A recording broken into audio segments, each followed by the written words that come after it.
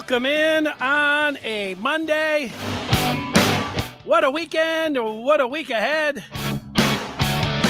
Heck, what a year it's been for Michigan, as everybody knows. It's going to feel like a celebration week with the spring game going to be happening on Saturday as the defending champs hit the field for the first time in front of their home crowd. Everybody's going to have big smiles on their faces and going to be excited to be back at the big house or wherever you may be, is flipping on national TV and watch the defending national champs go through the paces in front of millions watching at home, or how many ever decide to go down the corner of Stadium in Maine. That's what kind of week it is, and it's great to be here on the Maize and Blue Review, being able to cover it and getting ready to see it all unfold. Now, that's where I'm at. Pretty excited about all of it. Beautiful weather out there. I got to imagine that anybody, if you're, a lot of people have to work, so that could put a little bit of a damper in your plans. Like, I was going to say that all the golf courses just have to be packed today after a Masters weekend, and likely they are. You'd be out there if, you didn't have to work after a weekend at Augusta. It's probably always like that after majors, but when you get weather like this and then it comes out after a Masters weekend, it's just everything's in full bloom, and I don't know if you're pinching yourself, you're glad you're alive and all that. That's where I'm sitting here on this Monday. We're going to talk about the Michigan spring game as we zero in on Saturday. And just like when there was the combine in Indy and it ended up, being a celebration of Michigan's national championship, it was a victory lap there in Indianapolis. And then just a couple Fridays ago, Michigan's Pro Day, it had the same feel, a victory lap. All of the Wolverines, all of the champs down there, former coaches and everything else, ended up being a great Friday. We'll talk about Michigan's spring game, what to look at, what to look forward to, and all of that. And, the pessimists about, there's nothing going on with the spring game, can't learn anything. We'll address that. That's always on people's mind as well. People get all geared up, act like this is a national championship on Saturday. Well, it's not quite, but, considering it's the middle and now, close to end of April, it's all you got. Now, Michigan's biggest rival, Ohio State. They had their spring game over the weekend, and I did not watch it live. But last night, I tuned in. I taped it. And I was able to watch the scarlet and gray. And I don't know what I heard more of people referencing the team up north or Buckeye Nation. They love to talk about a Buckeye Nation. And that's where we're going to start. I'll give you my thoughts on what I saw down at the Horseshoe. As always, a chance for you to weigh in with the feedback if you're watching this live. I get to that in real time. See what the people are thinking.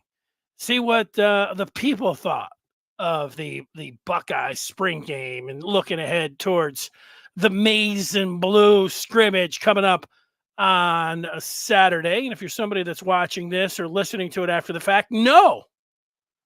Now, we're here every Monday, Wednesday, and Friday at 2:00, ripping it off and getting after it as best as we can. I put some notes down for the spring game as I was watching it.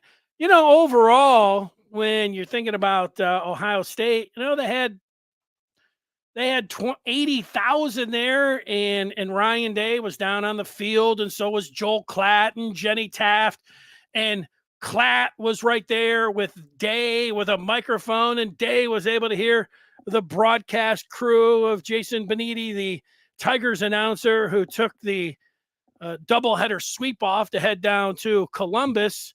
And then Urban Meyer was up there and the former Notre Dame quarterback Brady Quinn. So it was a big to do, with the game being on Fox National and all that. But Ryan Day, they went down to him, and Day said that the season is all about beating the team up north and winning a national championship. So, you're a Michigan fan watching that, and you didn't have to wait too long for them to say, hey, I wonder what they're thinking about Michigan. Well, they are thinking about beating Michigan. Now, they're always thinking about beating Michigan. And so when they lose 3 years in a row to them, and then they're back for the first time after having Michigan destroy their season, of course, with everything they have, they're thinking about, Michigan. And then Urban Meyer with that assembled broadcast crew, up in the press box. First thing Meyer says in his opening remarks when Benitez like, well, coach, what are you thinking? He's thinking urgency around Buckeye Nations. And they've showed that with the way that they've shelled out the money, and they're thinking about the team up north. And I don't know about you, but every time I see and hear any of I didn't even know the TTUP acronym just till a year or two ago when it kept showing up here on the podcast. And I'm like, what is that? Well, they're the Ohio State fans jumping in. That's their thing. They love it. When I see it after 3 years of smacking Ohio State upside the head, and I hear Urban Meyer not able to say Michigan, the first thing that it says to me, I think it's great for Michigan. It shows that Michigan is in their head. Now, I don't know how an Ohio State fan, I'm not trying to crawl into an Ohio State fan's head, but when you guys can't even address and can't even, it's cute. I mean, put a little X's out. I get all of that.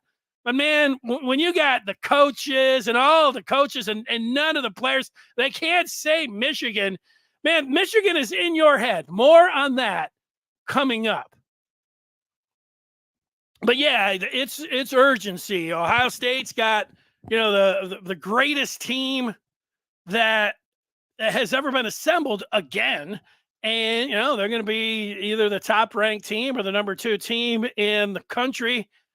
I don't think there's any doubt about that, watching it. A couple other things in front of the 80K down there in Columbus. Urban Meyer, if it wasn't enough talking about Michigan in his opening remarks, then they're in between the first and second quarter. They put a big graph up about tangibles and intangibles. And Urban Meyer, this is what it takes to go from a good, I don't know what it was, a good team to a great team or a competing team or a national championship team. However it was something along those lines. But as Urban Meyer was going through it over on the left, he mentioned as a tangible offensive line. And he mentioned the team up north or the defending champs. I'll paraphrase how he said it. You need one of those offensive lines like the defending national champs had that really can control the line of scrimmage. And then he went over on the other side of the intangibles. He's like, and it was the number 1 thing listed. And I know they've been talking about it for like 2-3 years. And a lot of people, that's all they say is Ohio State's not tough. That's why Michigan's going to beat them. And if you just wanted to throw out one word, I wouldn't disagree with you. If you said, why is Michigan being able to beat Ohio State 3 years in a row? And if you said toughness, one word, I'd say, that's okay. I'll buy it. And right there for Urban Meyer on his intangibles was toughness. And he said, yeah, that team up in Ann Arbor, they had that. So, Meyer couldn't get away from Michigan. And then at the half, you saw a lot of the stars. You saw these superstars and all of these All-Americans that were assembled down there. I mean, it was something else seeing all these scarlet and gray superstars down there.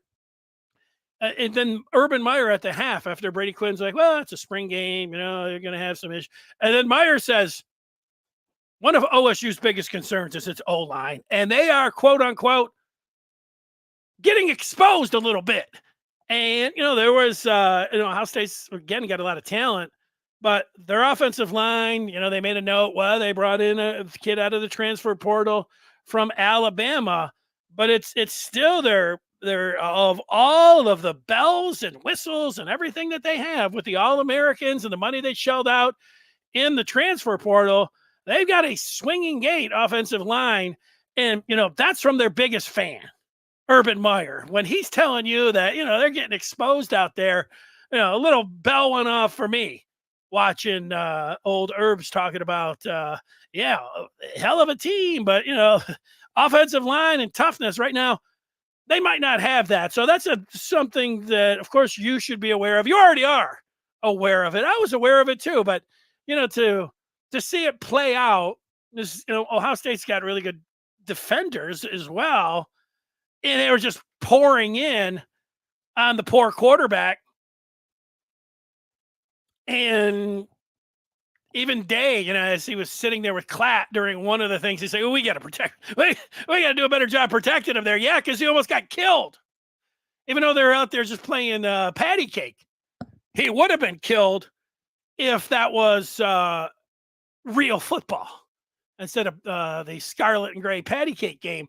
So, yeah, my biggest takeaway is that Ohio State, great players all over the place. It's just a who's who out there. You follow recruiting. It's just like, oh my God, these guys are superstars, but they can't protect. And you don't get a protection up front. You don't get an offensive line, then you're not winning anything. And you're not beating Michigan. I got news for you down there at Ohio State. And here's some of the other, they couldn't have just talked about Jeremiah Smith, the number one. Well, he's the number one recruit in the nation. But I mean, they paraded him out there like he is a combination of Jerry Rice and Randy Moss in the scarlet and gray. Forget Maserati Marv and JS, all of these guys. This is the one. This guy, he's the talk of camp. Urban Meyer couldn't stop talking about him. Brady Quinn, I guess is from, I don't know if he's from his neck of the woods or he goes down to the Sunshine State a lot to watch this particular high school that this kid was at. But Brady Quinn compared him to LeBron James. I mean, they think this Jeremiah Smith is great, and they were featuring him a little bit, and he didn't do anything where you would say, he's not great. He also didn't bust out, look like Randy Moss or anything, but Igbuka did. He had a great catch, and they Henderson and Judkins. They kept saying this is the maybe the best combo of running backs in the country, and you can't argue about that. And then Igbuka, who's an All-American, was a little banged up last year, but we know he's great. And then there's Jeremiah Smith. I guess it's just instant All-American. Just add playing time, but just quite a collection of talent. Downs and Sawyer and JTT and Burke, who I'm not as high on. He got ran over a couple of times by Michigan, and including JJ McCarthy at the goal line last year. But all of that being said about just how great a collection of players that Ohio State has, it's nothing new. Maserati Marv was out there last year. Stroud and Maserati Marv were there the year before. Then in 21, with Michigan had Cade McNamara at quarterback, they had C.J. Stroud, one of the best quarterbacks in the world. They had Smith and Jigba, Olave, Garrett Wilson. I was, I don't know, I wasn't stunned or starstruck. I was just looking at all these Ohio State players, and I'm like, wow, man, Caleb, these guys are great. These guys got these great players. But I'm like, do they, I don't know, is it a compliment that they always have great players and then haven't been able to get it done over the last 3 years? I know Ohio State fans say personally, I've talked to some of them, they're all kicking themselves like, how could they lose to Michigan 3 years ago with JSN and Olave and Garrett Wilson and Stroud? I don't know. I don't know either. Well, I do know. And it was Aiden Hutchins being able to get into the backfield and put the pressure on him. And it was, Hassan Haskins and the Michigan offensive line and toughness overall. Just get back. Toughness. Put the label on it because that's what it was. So, yeah, they're great. Yeah, they've got all of the stars like they always have. But if you're You don't have Maserati Marv, but if you did have a Maserati, maybe all the guys that, they had to, get in NIL, maybe Judkins has a Maserati. You have the Maserati and you don't have any wheels on it. It's just going to sit out there. It might look good to take pictures in front of and everything. Come on out there and show your rubber bands but you're not going anywhere without the tires. So that's my takeaway. And I'll get to the quarterbacks, but I do want to get the people involved and get your thoughts where you're sitting at this weekend. Scott is coming up with a preseason top 3. He's got Ohio State at number 1, Georgia and Texas. He would start Michigan out at 10. You know what? Ohio State being number 1. I think what we have to wait is tonight at midnight, the transfer portal opens up. And from now until the end of the month, this is going to change. That's why I've been hesitant myself. I think there's going to be guys heading out of Michigan. I think there's going to be guys heading in. I think all of these teams. And if you watched that Scarlet and Gray presentation, you could tell that Urban Meyer was a little bit spooked of the transfer portal and NIL. He said, I don't know. Who knows who's going where, what's happening? There's still a lot of movement. And, maybe Ohio State, they're going to be down there the panhandling for their fans and saying, okay, and we know we asked you guys for a lot of this, but now we need some tires. Now we need some offensive linemen. So maybe that's happening. Maybe they're going to go out in front of all the, the Walmarts and smoke shops and everything else down there and put, some of those spittoons out there for collection plates. We need offensive linemen. So right now, I don't have any problem with that top 3. Obviously, Michigan's got to play 2 of those. So, that's going to be a tough one. And then Michigan in the top 10. I feel like I want to put Michigan a little bit higher than that, but also I'm not 100%. That's fine because I don't know. Michigan might not even have their starting quarterback on the team yet. You know what I mean, Scott? So, but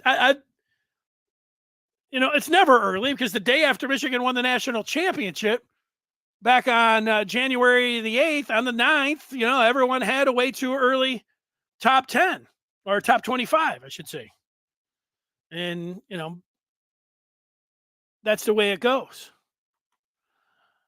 Ferris running off a couple in a row here. He says 11 players are going to get drafted on offense alone, talking about Michigan. Orgy's going to wing it around like he is Bo Nix. Yeah, I'm not sure about that. Ferris wants to know, where will you be? Where can we meet you? Ferris, if you are going to the spring game starts at noon. At 11:30, I will be where the War Eagle is. It's the corner of Stadium in Maine, just inside the stadium. That is the southwest corner of Michigan Stadium. There is an eagle. Can't miss it. It's pretty big. Stadium in Maine, southwest corner, the eagle. I will be standing out in front of the eagle, the War Eagle, at 11:30. So if you're there, Jerry D'Ario is supposed to be there, and we're going to see if we can get Scar. Scar says he's going. I haven't heard that from him officially. But Jerry says he's going there. So at 11:30, we can all high five, talk about the game a little bit, and then proceed in to the stadium. So that's what's happening, Ferris. I look forward to seeing you by the War Eagle. Scott's predicting a record 16 Michigan players drafted. I put a bet with Scar, and I think 15. Scar went over, and I went under. So I'm saying 14, but I hope they break the record. Why not? OSU play two-hand touch. We're going to tackle, smash. I wouldn't get. It's a smart move. I don't know if they're going to be best playing smash, but maybe maybe they'll go live with the QBs a little bit. And maybe you could still smash playing thud, but I wouldn't criticize Michigan if they do what Ohio State did in their spring game. Mark wanting to know, how do I think Denard would perform on this team? He sensed Tebow, Johnny Manziel, Vince Young, Cam Newton, more Milton or Hooker. Ohio State loaded. 5 QBs, who's the man, or 2 out. How do I think Denard would perform on this Michigan team? Well, Denard should have been a running back at Michigan, and Devin Gardner should have been the quarterback. That's how they should have done it. I think that was the best way to go about it. I think Denard, would he be the quarterback of on this team? Denard was an exceptional player, but a limited passer. Oh, a pretty good, pretty electric runner, and obviously a fan favorite. Everybody loved Denard Robinson, but I think his best position was at running back. As far as those other things, who's the odd man out with Ohio State? Let's just look at the quarterback. Howard took a couple snaps and didn't do anything that stood out. Devin Brown, but he did get the start. He was the starter with the ones. They transferred from Kansas State. And, they talked about, the dual threat ability. And we have seen him play at Kansas State. I watched him play the Big 12 championship game against TCU. He's big and he's physical as a runner. And he's got a pretty good arm. He hasn't really jumped out. If they were playing their opener tomorrow, I would guess that Will Howard would be the starter, but it's not a sure thing. There's a lot of Michigan fans, and I don't know if this is true or not. I mean, I have to find out, like, that it's kind of like a smack in the face of Ohio State. And so but it could be true that Will Howard wasn't, a shoe-in to start at K-State. That's why he hit the transfer portal, and that's why he went to Ohio State. It's like he couldn't win the job at Kansas State, so he went to Ohio State. I don't know. Ohio State's clearly a step up, with a national championship team, and so I could see Howard going there. But there is this, I'll say, narrative by a lot of Michigan fans that he was going to get beat out in Manhattan. I don't know if that's true or not. Like I said, maybe I can find out a little bit more, but it's going to be either Howard or Devin Brown. I still guess Howard, but neither of them did a whole lot. And OSU insiders, for the practices that they see and what they've been able to determine, it's still a 2-horse race. Keenholz isn't the guy. He threw a bunch of picks. Sayin threw a bunch of picks. Aaron Nolan didn't play. Julian Sayin, the 5-star, got a lot of burn, but he looked like a true freshman, 5-star or not. They'll be in trouble if they got to play Julian. Just saying. We do it. Just saying. If they got to play one of the 5-star freshmen, they'll be in trouble. So it's going to be Howard or Brown. Odd man out. I don't know. It must be an injury with Nolan, but one of those guys are going to leave. Everything would point to Aaron Nolan being out. Keenholz isn't the one. And then so between Howard and Brown, give me Howard. That's who I think will be the starter for OSU. That would be the guess today. There we go. Maybe taking some shots at Urban. That's fair game. What's Urban Meyer expect? People to be patting him on the back up here. There's people talking about 2-hand touch. Mark following up on shoelace.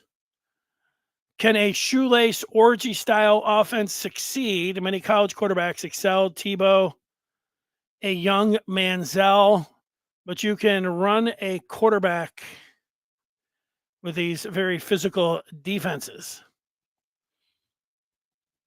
Yeah. Yeah, you can. But the thing is, running is great, and RPOs are great. But if you're talking about winning a championship, you need a quarterback that can deliver the ball down the field as well. Now, Tebow, his delivery was a little bit long, but he could still throw the ball down the field. And Manziel, for all of the downfall, or for the downfall that he had in the pros, that really didn't have anything to do with his skill set and had to do with his off the field stuff. He could throw the ball, as much as he ran all around and made plays and stuff. He could throw. So I want a thrower runner, not a runner thrower. I mean, that's the best way I can say it. What do we got here? TTUN is now TCUN, but I don't read it as cheaters. I read it as championship, the champions of the North. Yeah, I'm with you on that too. The champions up north, TCUN. There you go. I'm with you on that. This is also one of Michigan fans love this one. McCord was better than the 7-5 guard. Is McCord better than all those guys that they have now? Maybe. I don't know. I know that's a look. Howard looks like a pretty good quarter. He looked like a pretty good quarterback at the Kansas State championship, Big 12 champion. They won the Big 12 championship under Howard, and he played pretty well against TCU. And you can say whatever you want and everything, but he looks like he's pretty decent. I would say I don't know. I'm not saying anything. I've said what I'm saying about Howard, so that's it. Actually, OSU uses TTUN. What did I say? Did I get it wrong? I could screw it up. Ohio State fans are obsessed with Michigan. They are. Yeah, I think we know this. Ohio State, the state of Ohio, they've got nothing else going on. They love football. We all love football too, but I like being obsessed about football too, but it is it doesn't mean more. It's more of an obsession though. I've felt it. I've seen it. It is it feels like to me, it feels like if I was explaining it to somebody, it's like, well, don't you want, everybody to be really upset? It feels like Ohio State fans are a bunch of criminals with, and they all are over the line. And they're all drunk and they're all Philistines and they're all ne'er-do-wells. I mean, that's what it seems like. I don't know. And having experience with them down there, that's kind of the way they like it. It is a outhouse down there, and they seem to enjoy it. So it's different. That's for sure. I like passion as much as everyone, but as much as anyone, but those guys.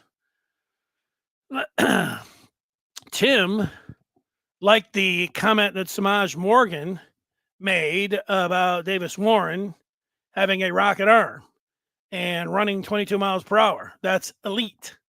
I'm intrigued to see how he looks out there. Yeah, I mentioned on Friday, after hearing what Morgan had to say, that I had talked with someone who was at the Sunday practice, and I said, tell me something about the quarterbacks. He said, Davis Warren threw the best ball all day, threw like 50 yards, just a rainbow into the end zone. He said it was impressive. Oh, sure. The one thing I know about Davis Warren is that he can throw the ball. I saw that last year in spring. That gets us to like, what can you learn about the spring? I know that Davis Warren has a real nice arm. I didn't know that he could move it around like, the kind of speed that Morgan was talking about. I actually didn't see the quote about the speed. I did see what he was saying about Warren's arm, and I already knew that. Then somebody just told me that, that they liked what they saw last, not yesterday, but a week ago Sunday in practice. So yeah, let's do it. Tim is talking about OSU relying on hype. They do this for recruiting. Yeah, look, I'm not gonna. I would like to have the number one recruiting class in the country. I'd like to have the number one player in the country. I would have liked to have gone in the transfer portal and pulled out a guy like Junkins and a guy like Downs. I mean, Downs, Alabama might have two corners taken in the first round. I thought Downs was their best defensive back last year. I mean, he's a great football player. Caleb Downs is a great football player. Judkins is a great running back. These are the guys that they're pulling in. A guy that's being compared to LeBron James is that's great. So, I mean, it's hype. There's a side of it. Ohio State was undefeated last year. And, I know Day, of course, we're going to criticize him when, he said it, we're right there, one play away. They have been just one play away. Last year, they were driving on Michigan down 6 before Rod Moore intercepted them. I understand how they feel like they were one play away. Now, I say driving. I mean, they were driving technically, but, they had a shot in that game and they were undefeated. They had a pretty good season. Michigan ruined it by winning the game the year before. They were undefeated again. And they still ended up getting into the playoffs. And if they had a field goal kicker, I didn't shank that one, they would have won the national championship, even with Michigan beating them. And then we've already talked about that team in 21, the assembled talent that they have. Were they undefeated? No, I think they lost to Oregon, maybe at the beginning of the year. And you saw their run defense look pretty shoddy in that game. But, they were, I don't know, they weren't a play away. Were they a play away in that game? I don't know. They were 2 years ago. I don't know about them being a play away. 3 years ago, I don't know, maybe a play away. They were a game away from Michigan. But yeah, they rely on, they get a lot of great players, and then now they're getting a lot of great transfers, and they're lining up as much money as they can, and they're ready to give it a try again. And Michigan, the thing I like, with Michigan, and I've said it earlier, is that they are in Ohio State's head. And I know this. The tables were completely turned. I don't know if it was for 16 years, but damn near, it was over 10 years. Ohio State was in Michigan's head and their fans' heads. And, it drove everyone crazy. It was true. Michigan is in Ohio State's head now. And I have zero worry as I was watching, all of these great players and, Downs and, there's Sawyer. These guys are great. But I have zero worry. Michigan, in some ways, they've got house money. Nobody's expecting, as we sit here right now, really, for Michigan to go down to Ohio State and beat them again. But we know how this works. If Michigan finds a quarterback, they've got a defense, and they got a running game. And if they're smashing their way through a schedule to get down there at Ohio State, Ohio State will have a way to recoil a little bit with Big Bad Michigan going down there if the game gets a little tight.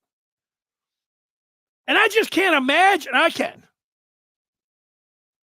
imagine Michigan winning there again.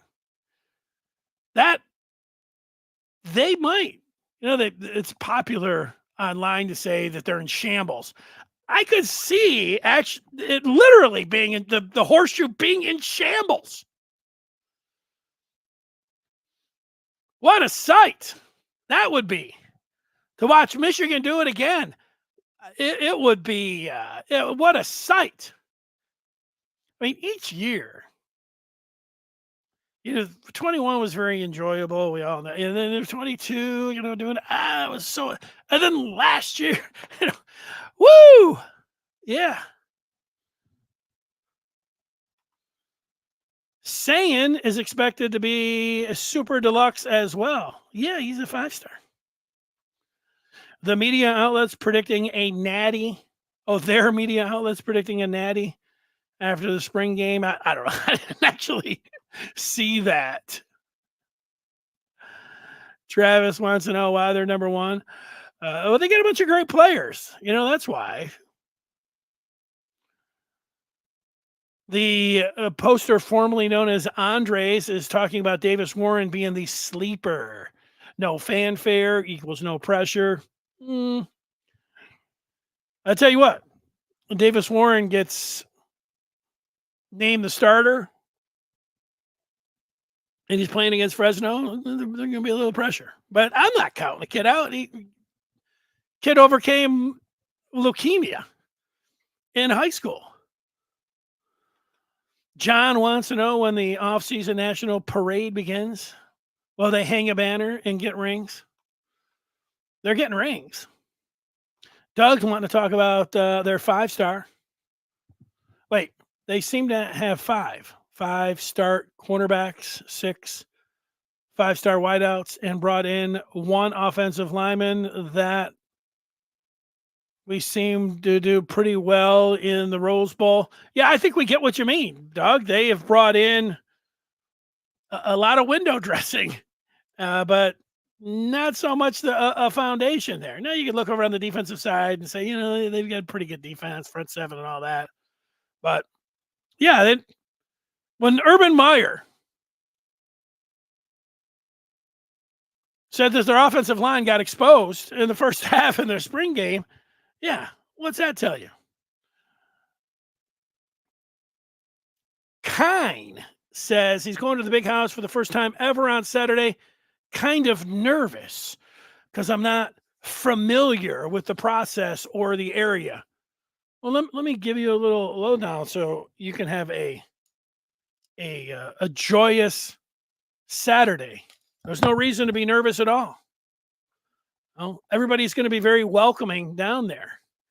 And if I was you, it depends. Are you somebody who wants to tailgate and get down there really early? I have seen tailgating for spring games in the past, and I think it's a great idea. Now, if tailgating's not your thing, you're like, well, where do you park? There's going to be a mile around Michigan Stadium. There will be people with signs out front, maybe 20, maybe 30, 40, $50 saying park here. And excuse me, the spring game is free, but if you don't want to walk that far, you shell out $40 and you can take a little quarter-mile stroll. Not that bad. Now, if somebody likes to walk a mile or two, you can park for free and just go strolling on in.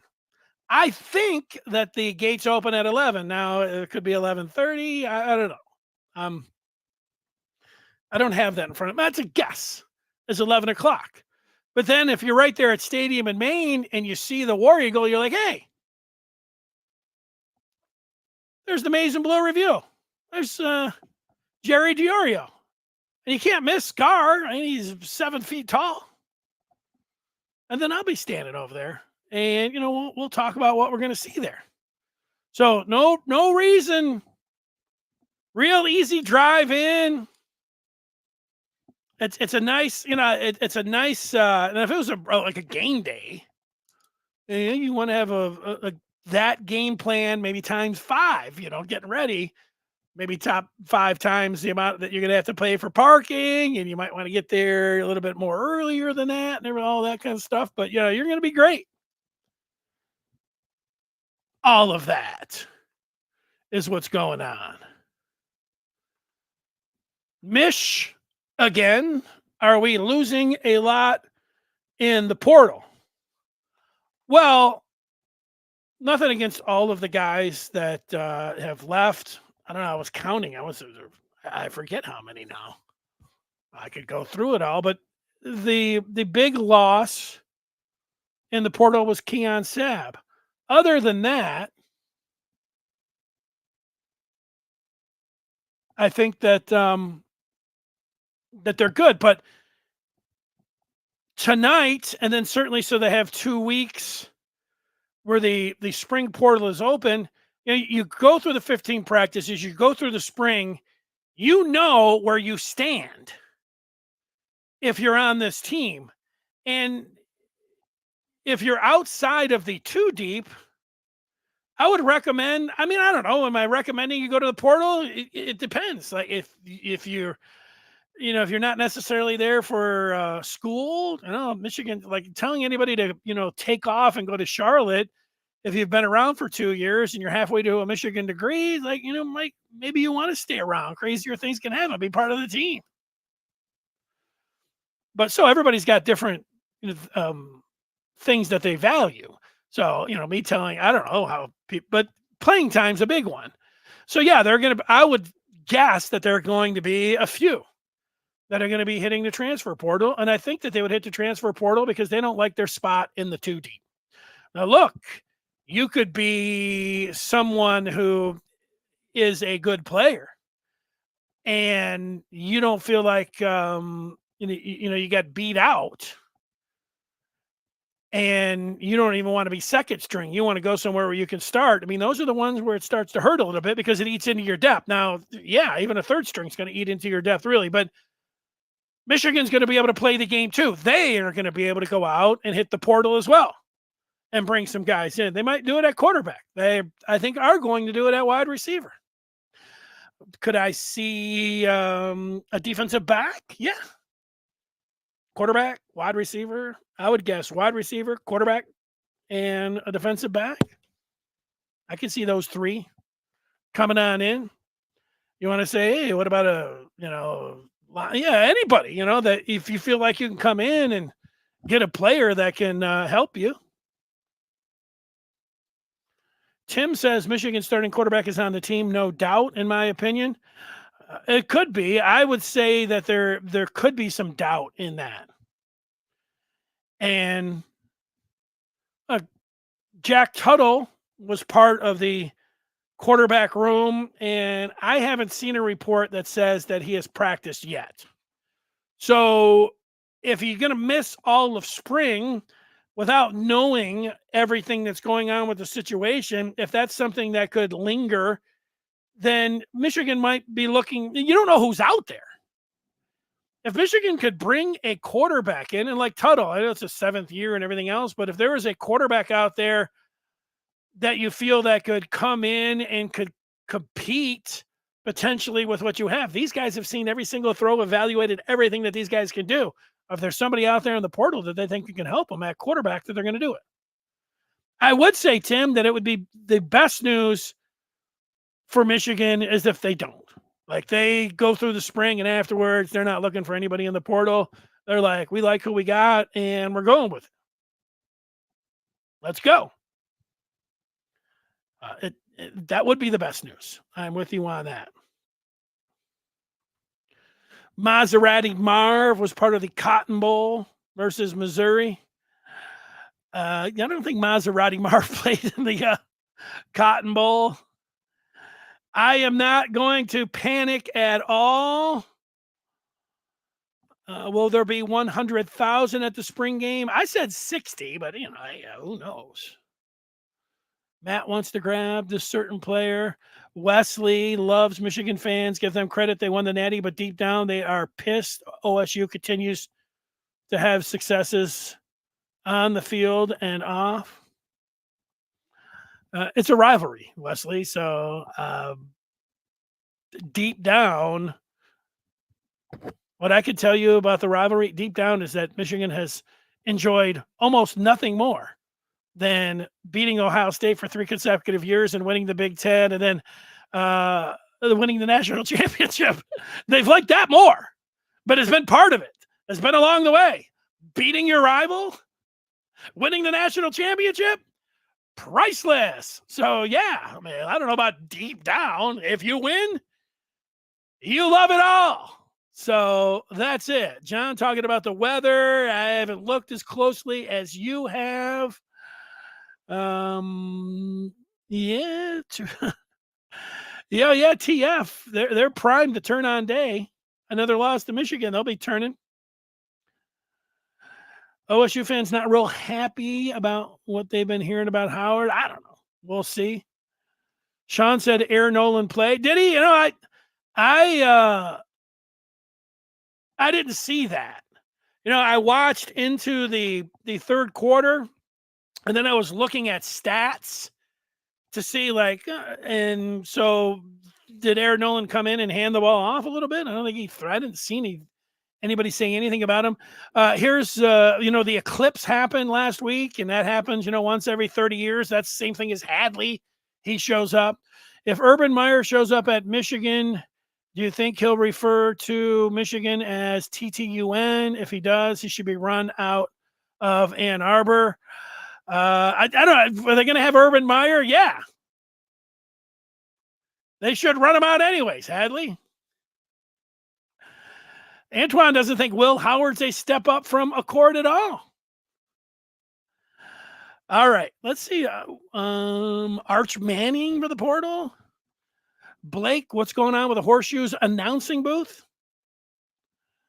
You're going to get... Yeah, I don't know what's going on there. It kind of looked like a broken down trailer park. I did see that picture, but, when you're spending, $15 million on players, who cares? What your broadcast booth looks like. Maybe Irving could do something like that. Pretty sure Sayan's the second coming of Jesus.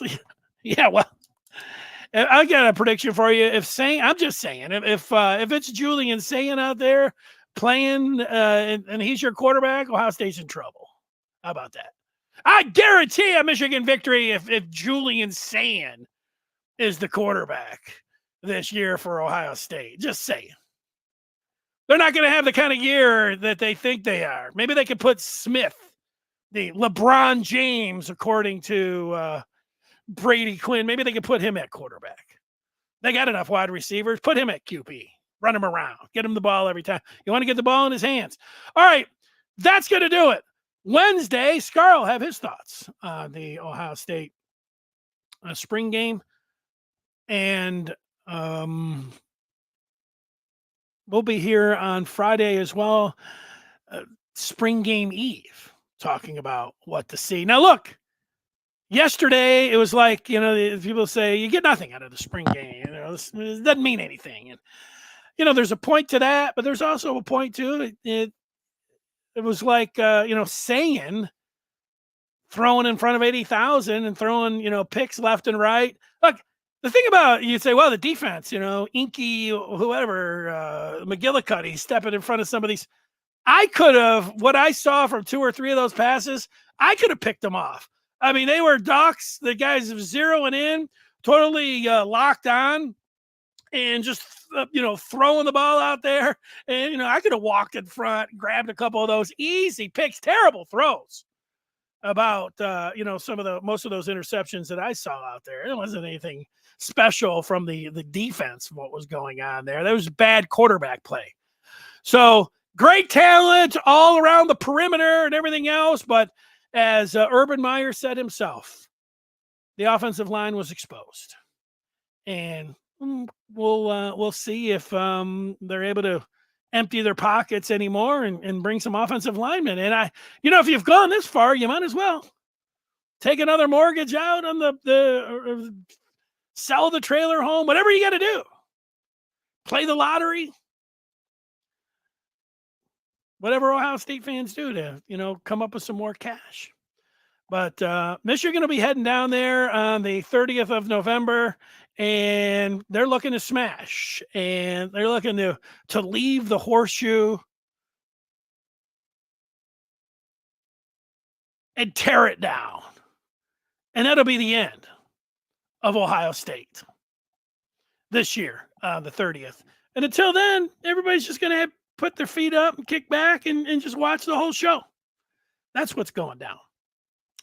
Enjoy, everybody, for joining us. If the spring game, it's not like you're going to it's not a meal.